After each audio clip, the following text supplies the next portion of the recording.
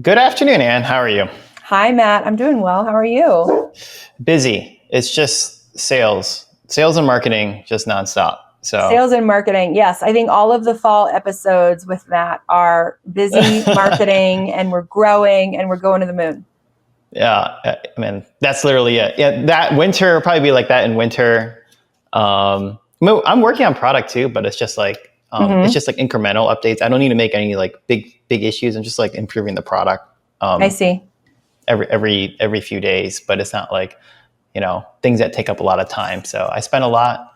Yeah, I'm just shooting as far as I can, and then Yeah. seeing what breaks. Capital, Yeah. resources, market, who knows? I love that. Seeing what breaks, right? So what's up? I What's new in your world?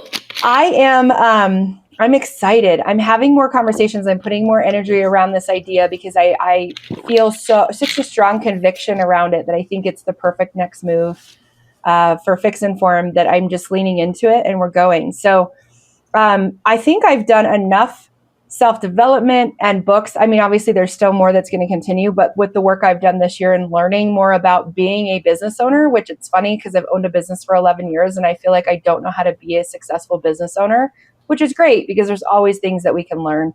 But for me recently, I felt, wow, I've really been in the wrong roles and I've been saving myself for those roles out of, I don't know, am I a martyr? I don't know why. It's the common mistake of any entrepreneur where you open a business, you found it, and then I think I have to do everything in it to grow it. And it's the sweat equity and saying, well, I should be able to know how to do this, or I should be able to do everything. And that's just not the truth. And so where I've come now is I realized I am working in a role that's been holding us back. And so when I look at Fix and Form and I look at the clients and the size and the growth and the data, the financials, I'm like, holy shit, I have been in my own way. And when I say that, I just got off a conversation talking about how I'm looking for a director of ops. I don't know what the title is. It's general manager. It's business manager. It's Just chief of staff. We had this conversation a long time ago, which is like you kind of need a generalist. A like generalist. Your lieutenant should be a generalist, right? Exactly. And it's and the most relatable title I've given it to people to understand is a director of ops. And they're like, well, why don't you just have your VA? I'm like, no, it's deeper than that. I have a VA and she's wonderful. But it's literally a person that is inundated in our business. And maybe it is the VA and I just need to evolve with her and grow the role with her capabilities. But it's literally listing out all of the things that are not getting done or that I've been doing, but poorly. And in my opinion, I've been looking at things going, the kind of clients that we're going to grow into for next year, because the vision is changing, need a stronger foundation internally on our end of how they're going to flow through our experience. The experiences have been great, but the internal flow isn't what I want and need it to be, especially for the size of projects we're looking to take on in the future. Hold on, we can test this real quick to see if you're right or not. Okay. What the things that grow, like just like one-liners, what are the things that grows the company immediately? Okay. So the client's experience of deliverables and the seamlessness of which they are getting deliverables, like to review them. Wait. So are you not hitting deadline? Like, are you not meeting your expectations? No, not always. We haven't been. Like a lot of our recent clients have gone over deadline. So 100%, if you were hitting expectations, it give you the more confidence to sell more, and you're very confident you can sell more. Correct. Then 100% sure. This is the easy equation then. Exactly. I am a solid biz dev person. So I was on another coaching call with someone and she said, what is your close rate? And I looked back at maybe 2 years of all my discovery calls and who I landed. And I'm like 70 or 80%. And she goes, then you are biz dev. You should be biz dev. And because I was saying, I don't think I'm biz dev. And she goes, why? And I love talking about my work. And that's what sells it. It's the passion. And she's like, that's biz dev. You just need to be networking and talking with people and looking for clients. That's you. That's what you want to be doing. And the podcast that you're on, that's the platform for that. Guesting on others, it's just getting in front of people to expose them to what you guys do. Now, what I should not be doing is then holding the reins to then lead that lead that I've landed through the process of onboarding, contracts, invoicing. I do all of it still. Yeah, you need a second person that, because then you can't actually keep selling. You actually want to have the problem of, you want to keep selling, even if you're not hitting deadlines now, and then you can backfill. It's easy to fix it as long as you don't stop. If you stop and then fix ops, it's really hard to kick back up in biz dev, because it's like left brain versus right brain thinking. It's really hard to like switch contexts. That's exactly it. And I feel like all of a sudden I was reading these books and I had this huge aha, and I go, I have been trying to be this person, and this role's always been this mystery cloud of gray. Like, well, who is this person? Because for me, when I try to do it, it's gray, it's cloudy, because it's not my strong suit. So I've just been kind of phoning it in and trying to figure it out. And that's why it's messy. But when someone else does it, and I look at these other positions at other companies, I go, holy shit, that is so clear cut of who's doing what.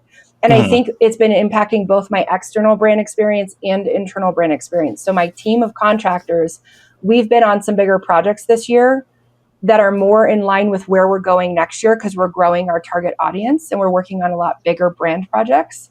And when I see what's broken in those experiences, it's often caused by me. What was the delay on that deliverable getting approved? Well, it was 3 days sitting in email because I'm drowning in my inbox because I'm doing too many things. That was me.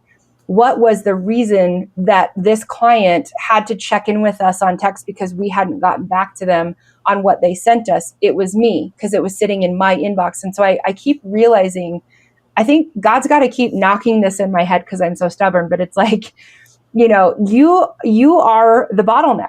You are, and not by your own fault. It's not your skill set. And so the more books I've read on Working Genius and E-Myth and, what was the other one? There was a great one on business development, like just running a business. And I'm like, why have I thought that because I found a business, I have to run the business? I don't want to run the business. I actually hate running a business.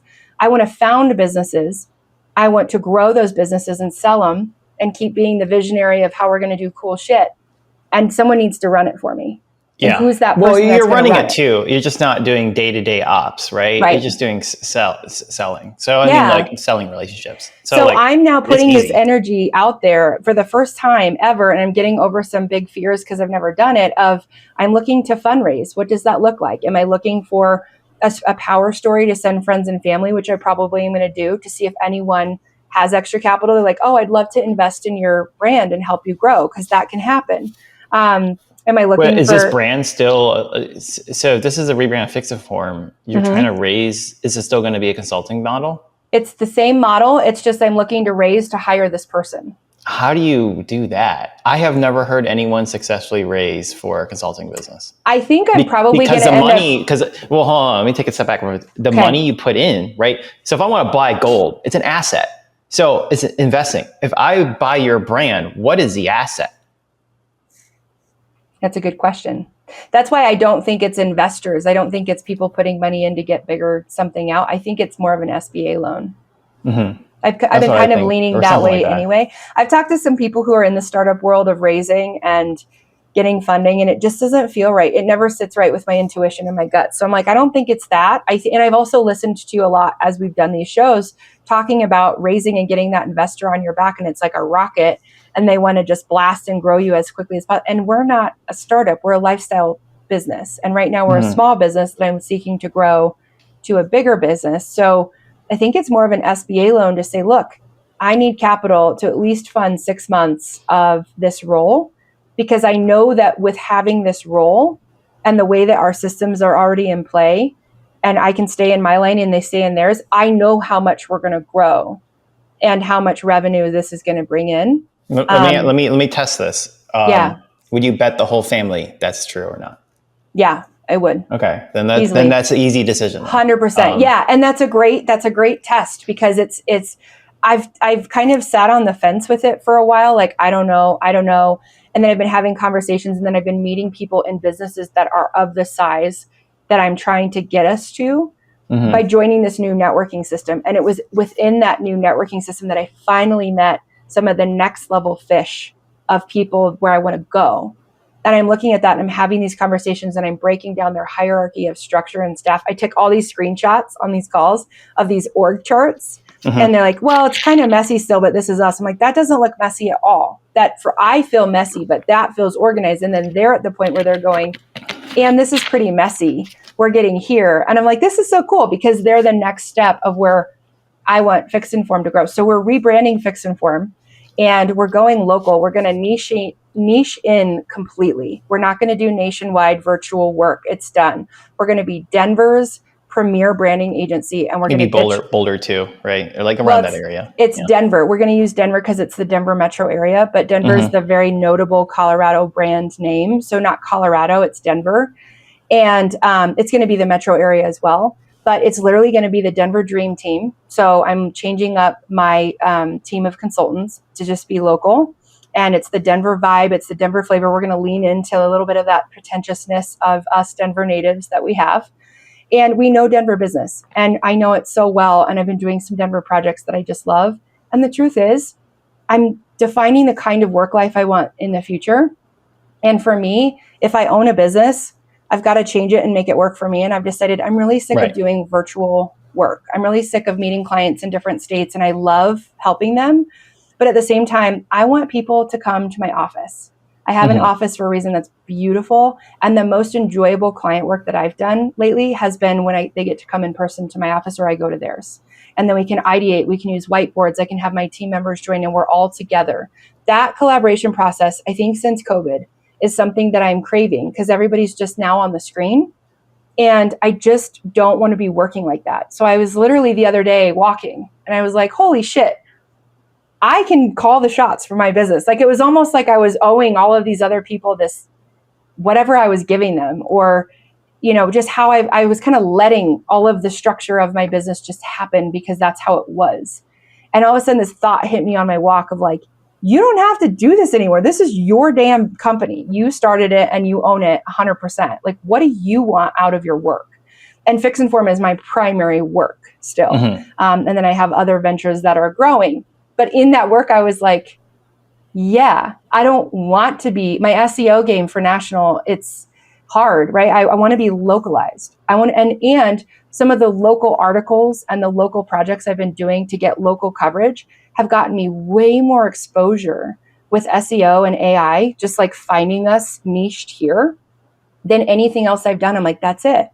I need to be Denver. We need to be bougie. We need to be luxury. We need to raise our price. Because our offer is insane. Like when I deliver my full scale branding offer that I know is going to just skyrocket a business with all the bells and whistles, it's an insanely incredible experience. It's you gotta test the price because once you go local, what changes? You actually truly have competition. Like we're Chipbot, we're worldwide. We don't really have competition. Like we have competitors, but we're not, the ocean's so large, like it doesn't even matter. Sure, there's people Google alternatives, they'll find some of our articles, but our competitors do the same thing. We'll find each other. But once you're local, your TAM is much smaller, your total addressable market. So that'll be the true time when price will matter because you'll see who's outbidding each other. So play around, as you play around with it, I think that's the only thing you got to be flexible on. Yeah, I agree with you. To see what happens, right? Yeah. You'll figure it out, but don't be like, the price should fluctuate based on deal closing rate. Yeah, no, I agree with you. I think having to test around with pricing is going to be our best entryway into this new space. I will tell you, I've tested this year. I tested having monthly marketing plans and retainer plans on the marketing side. And guess what? We've sold like one all year. And I'm like, okay, this is very clear that we should not be in marketing. We need to niche down even more. We are brand people. We deliver insane brand results and brand projects, and they take 4 to 6 months. And we've always tried to dumb them down to meet the SBA world and the small business and the or SMBs. And we've tried to meet the SMBs where they are. And I think SMBs have raised us, and it's been beautiful. But what we deliver now and what I've scaled in finding the right people on the bus is so much bigger. And I feel like I've been kind of holding us back from everything that we can do, so that the clients that have been a bit bigger even getting a stepping stone to where we should be for that 6-month brand project with medium and large companies here. It's going to be remarkable what we can deliver. That's why I just need that person internally to help us clear up roles and responsibilities, chief of staff, project management, all the tools and the ops and the processes that run the actual business. Because the external brand experience, I've got it on lock. But if it can't stop in my inbox, I told people that. So I worked with my VA. How do we get out of Anne's inbox? And I think this is the great solution. So that's where we are. One thing, and then we'll close this out, is don't be stuck on saying that's the core dependency to start, because sometimes one client is such a large paycheck that will pay enough just to get the first 2 months of maybe whoever this ops person is.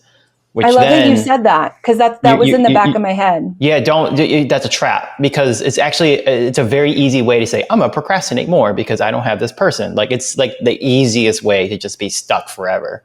Yeah, and you're right. We've run larger clients on just what we have now, and they had a great brand experience. It wasn't what I wanted, but we could do it. So thank you for that, because it's a blend. So you still might need, depending on how funding works and how that works, but like you might have to do a little sweat equity, but at least you know what step 2 is, right? Yeah, and then step 2 goes step 3 to step 4. That's an easy process. And maybe it's just leaning on my VA a bit more right now and saying, look, I need your help doing this, this, and this until we find this person so that we can manage. So there's pros and cons to it. You already know the pros. I'm just going to say the cons. The con is that person doesn't have the magic touch that you have. That sometimes that magic touch is what delivers a great experience for them to get referral and then to go back. So play around with that. I mean, it's very easy to look at the pros. It's the cons that are the issue. And oftentimes if they don't have the magic touch, they're really, your whole differentiator is gone. And you can't let that disappear, because it's harder to, your total addressable market in Colorado or Denver is smaller. So you need to make sure every single project is 110% beyond expectations. If they're not, you are going to lose to the person next door. Yeah, that makes sense. In a 12-month time period. Yeah. Cool. Very cool. Thanks, great. Matt. Yeah, no, this is great. We'll have to chat more and see how your hiring journeys work out. But that's it for this episode. Thanks for sharing, Ann. Yeah, thanks, Matt.